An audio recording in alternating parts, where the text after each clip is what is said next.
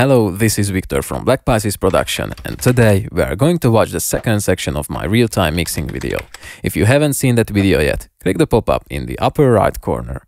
In the previous video we created a rough bass guitar tone. Today we are going to find a rhythm guitar tone and make a rough mix. Everything goes as usual. I will pause the video and talk about what, how and why I did. You can also download the final mix and the final bass and guitar tone presets via the link in the description. So let's begin.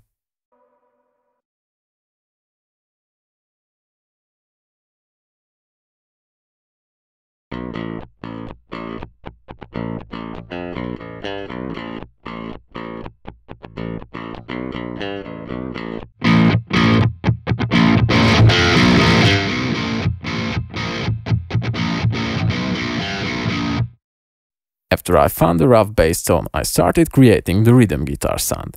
I have to repeat a sentence I said in my previous video. If your playing isn't tight enough, you won't ever get a tight sound. So stick to this. Record a tight performance, make sure your DI signal is in good shape, and you're good to go.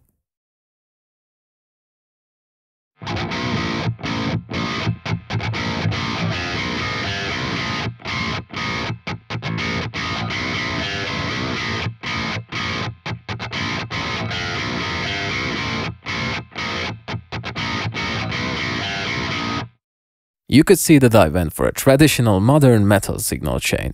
The amp is in modern mode and I used a tube screamer beforehand to get a tight low end. You could also see that I turned down the gain a lot.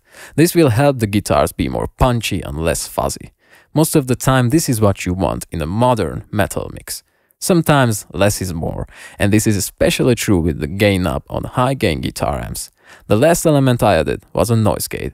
This helped the guitars sound even more tight by cleaning up unwanted noise.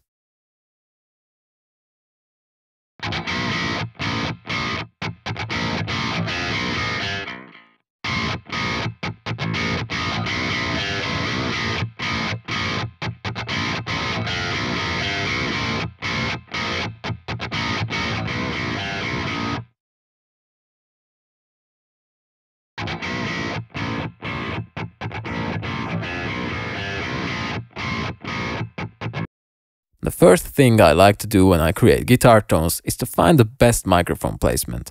I found a point where I liked the overall sound. It was a bit dark, but it sounded smooth to me. After that, I started playing with the amp's EQ to get the sound I like.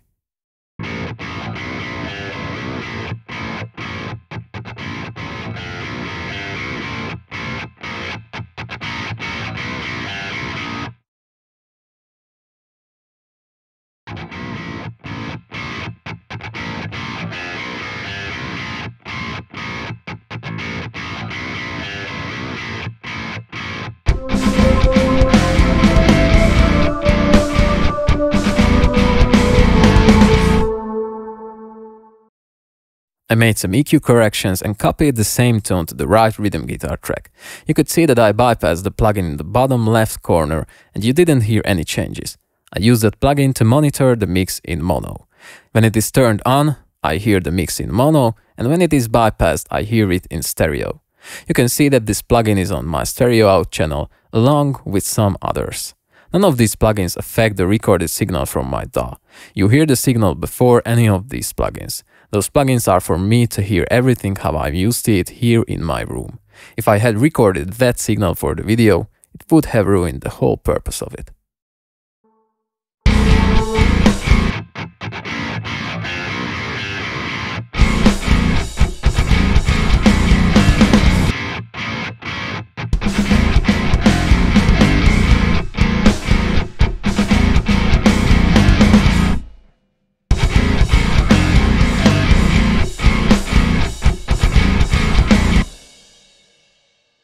Again, you didn't hear any difference, but I checked the guitar sound with and without my room correction software to make sure that I like it both ways.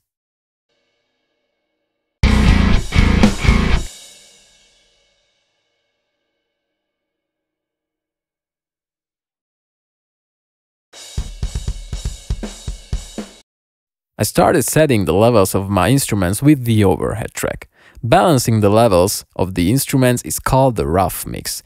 It is a phase where you don't have too much plugins and effects going on your tracks, but you achieve a nice balance between the instruments. It sounds rough, but it's starting to sound like a mix, hence the name.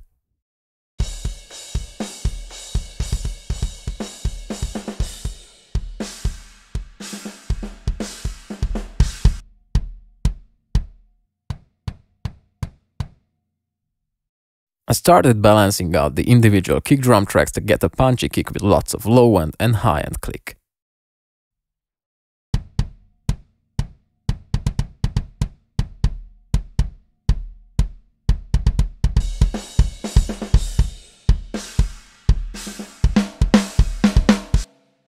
The kick sounded reasonable, so I went on to the snare drum.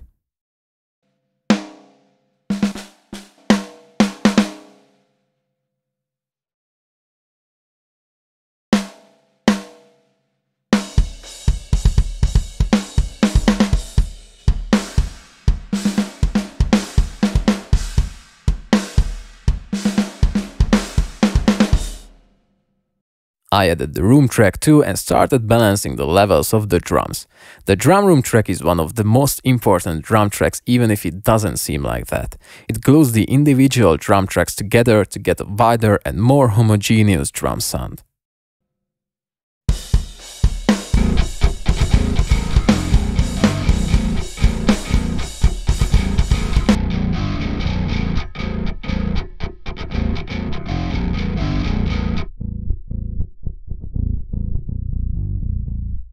Started balancing the bass guitar with the drums, but I heard some lower mid-range action that I didn't like, so I tried to find and eliminate the problem.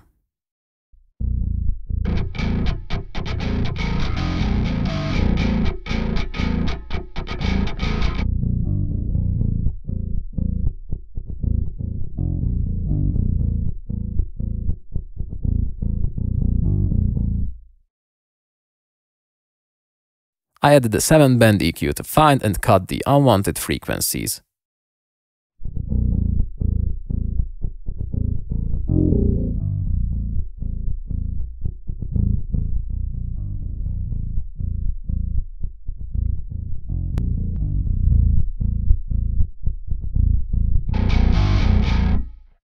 I cut some lower mid-range and boosted a little low end. This cleaned up the bass guitar sound and it should work better in the mix this way.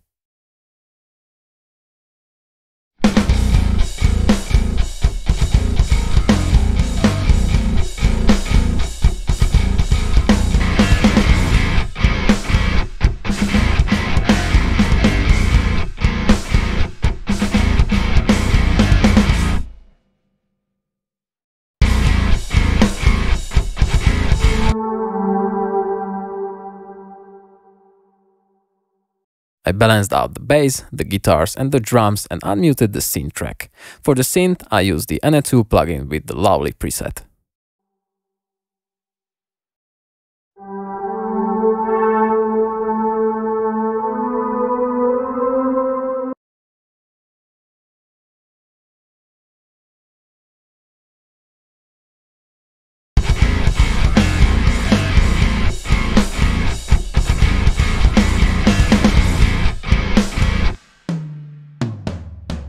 For the drums I used Slate drums 5.5 with one of the Blackbird expansions presets.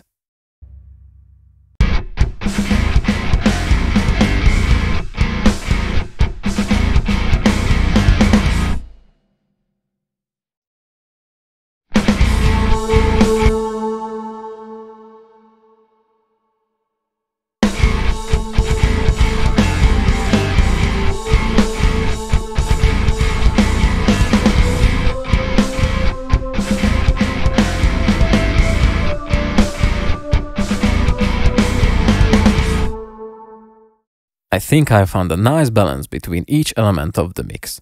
The rough mix is done. We can continue with the heavy lifting. Unfortunately, you will have to wait another week for that, unless you support me on Patreon or buy me a coffee. If you choose to support me on one of these platforms, you will get access to the whole video series right now. Links are in the description. If you enjoyed the video, Please hit the like button, subscribe to the channel, turn the notifications on, and feel free to leave a comment. I hope to see you in the next video.